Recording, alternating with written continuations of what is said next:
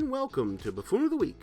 We're a show that reviews last week's news and current events in search of people who said or did something so completely and totally and absolutely idiotic that we then present them to you to choose between them and tell us who was the dumbest newsmaker of the week. And the way you do that is you vote, either by leaving a comment right below this here video or by going to our website, buffoonoftheweek.com, and voting in our poll. The last time we all voted, you picked Steve Scully as Buffoon of the Week based on the strength of the news breaking that, oh my goodness, he wasn't hacked after all.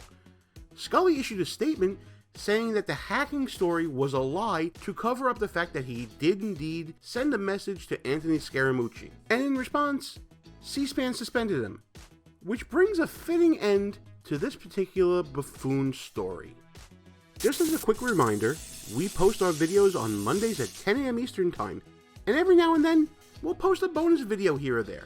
So if you like what you're seeing and hearing so far, go ahead and smash that thumbs up button. And also, please subscribe to the show. Oh, and when you do, be sure to hit that notification bell so you can always come back every week without us telling you this reminder over and over again. We're building this great community that we like to call Foonies. So if you think you're one of us, welcome aboard, hang out a while, definitely keep coming back.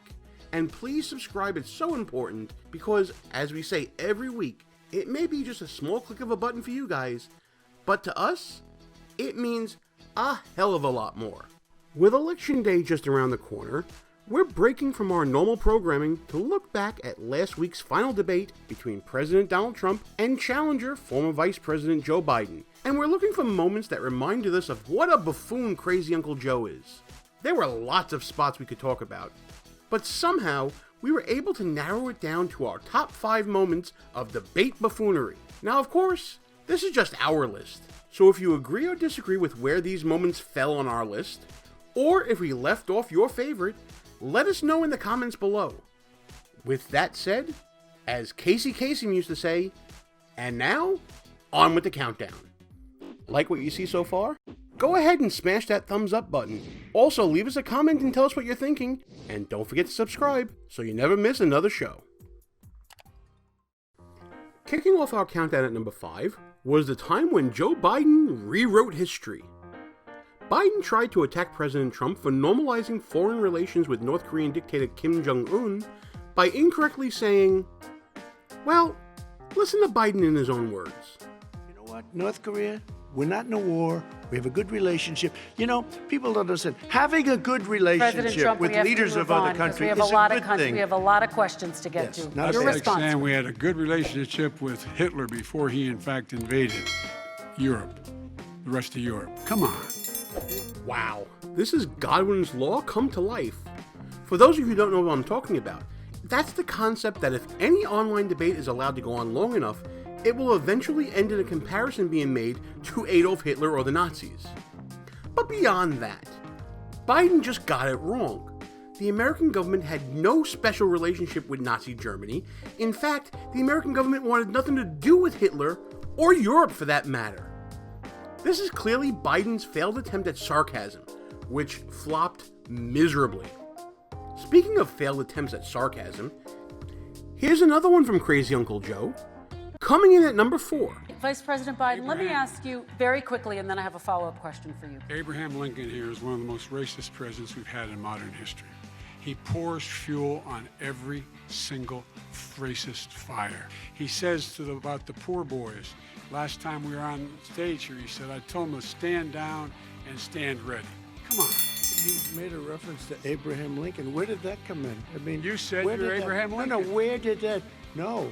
You said- I said not since Abraham Lincoln has anybody done what I've done for the black community. And I'm saying- I didn't say I'm Abraham Lincoln. So just so we're clear, Trump is Lincoln, the Proud Boys are poor boys, and Biden is trying to score some cheap shots, but he's really just owning himself.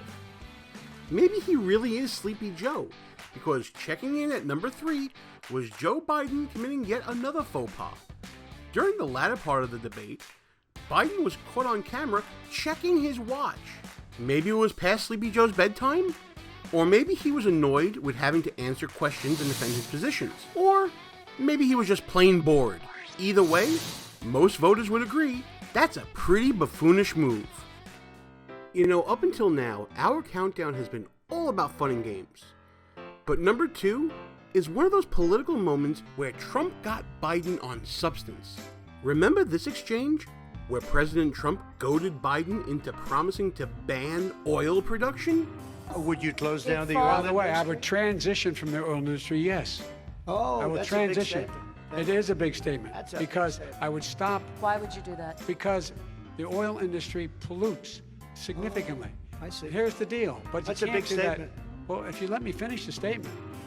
Whoa, let's take a step back for a minute. Listen to the moderator, Kristen Welker, here. It doesn't sound like she's asking Biden the reason for this radical policy. It sounds more like, how could you propose something so dumb on a nationally televised debate? It is a big statement That's a big because statement. I would stop. Why would you do that? It was at this point that not even Welker could cover for Joe Biden, though she did do her best to talk over the president when he drove the point home. We And have that's one maybe the final biggest question. statement in terms of business. That's the biggest statement. Okay, Because we have basically one what he's final saying question, is he is Mr. going to President. destroy the oil industry.